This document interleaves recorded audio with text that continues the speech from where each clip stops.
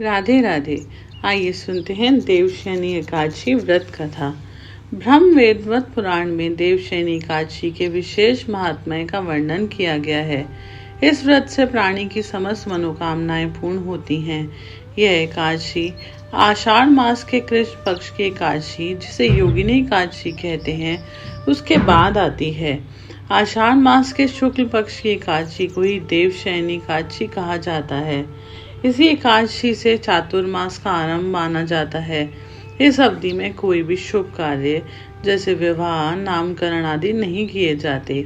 मान्यता है कि इस दिन से भगवान श्री हरि विष्णु क्षीर सागर में शयन करते हैं और फिर 4 मास बाद उन्हें उठाया जाता है। उस दिन को देवोत्थानी एकादशी कहा जाता है। इस बीच के अंतराल को चातुर्मास कहा गया है। धर्मराज युधिष्ठिर ने कहा, हे केशव, आषाढ़ शुक्ल एकादशी का क्या नाम है? इस व्रत के करने की विधि क्या है और किस देवता का पूजन किया जाता है? श्री कृष्ण ने कहा, हे युधिष्ठिर, जिस कथा को ब्रह्मा जी ने नारद जी से कहा था वही मैं तुमसे कहता हूँ। एक बार देवऋषि नारद जी ने ब्रह्मा जी से इस एकादशी के विषय में जानने की उत्सुकता प्रकट की।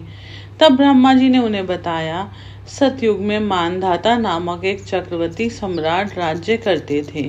उनके राज्य में प्रजा बहुत सुखी थी, किंतु भविष्य में क्या हो जाए ये कोई नहीं जानता। अतः वे भी इस बात से अनभिज्ञ थे कि उनके राज्य में शीघ्र ही भयंकर अकाल पड़ने वाला है। उनके राज्य में पूरे 3 वर्ष तक एक बूंद वर्षा न होने के कारण भयंकर अकाल पड़ गया। इस अकाल से चारों ओर त्राही त्राही मच गई। धर्म पक्ष के यज्ञ, हवन, पिंडदान, कथा, व्रत आदि में कमी होने लगी। जब मुसीबत पड़ी हो तो धार्मिक कार्यों में प्राणी की रुचि कहाँ रह जाती है। प्रजा ने राजा के पास जाकर अपनी वेदना की दुहाई दी। राजा तो इस स्थिति को लेकर पहले से ही दुखी थे। वह सोचने लगे कि आखिर मैंने ऐसा कौन सा पाप कर्म किया है जिसका दंड मुझे इस रूप में मिल रहा है। फिर इस कष्ट से मुक्ति पाने का कोई साधन करने के उद्देश्य से राजा सेना को लेकर जंगल की ओर चल दिए। वहां विचरण करते करते एक दिन वे ब्रह्मा जी के पुत्र अंगिरा ऋषि के आश्रम में पहुंचे और उन्हें साष्टांग प्रणाम किया। ऋषिवर ने आशीर्वाद देकर कुशल क्षेम पूछा। फिर जंगल में विचरने व अपने आश्रम में आने का प्रयोजन जानना चाहा। तब राजा ने हाथ जोड़कर कहा, महात्मन, सभी प्रकार से धर्म का पालन करता हुआ भी मैं अपने राज्य से दुर्भिक्षु का दृश्य देख रहा हूँ। आखिर किस कारण से ऐसा हो रहा है? कृपया इसका समाधान करें। यह सुनकर महर्षि अंगिरा ने कहा, हे राजन, सब युगों से उत्तम यह सतयुग है। इसमें छोटे से पाप का भी बड़ा भयंकर दंड मिलता है। इसमें धर्म अपने चारों चरणों में व्याप्त रहता है। ब्राह्मण के अतिरिक्त किसी अन्य जाति को तप करने का अधिकार नहीं है, जबकि आपके राज्य में एक शूद्र तपस्या कर रहा है। यही कारण है कि आपके राज्य में वर्षा नहीं हो रही।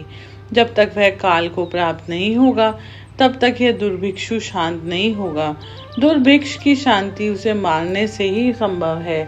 किंतु राजा का हृदय एक नर अपराध शूद्र तपस्वी का शमन करने को तैयार नहीं हुआ।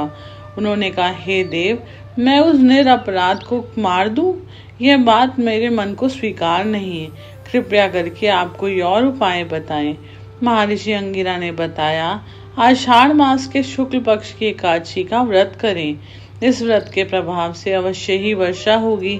राजा अपने राज्य की राजधानी लौट आए और चारों वर्णों सहित एकादशी का विधि पूर्वक व्रत किया। व्रत के प्रभाव से उनके राज्य में मूसलाधार वर्षा हुई और पूरा राज्य धन धान्य से परिपूर्ण हो गया। ब्रह्म वेदवत पुराण में देवशयनी एकादशी के विशेष महात्म्य का वर्णन किया गया है।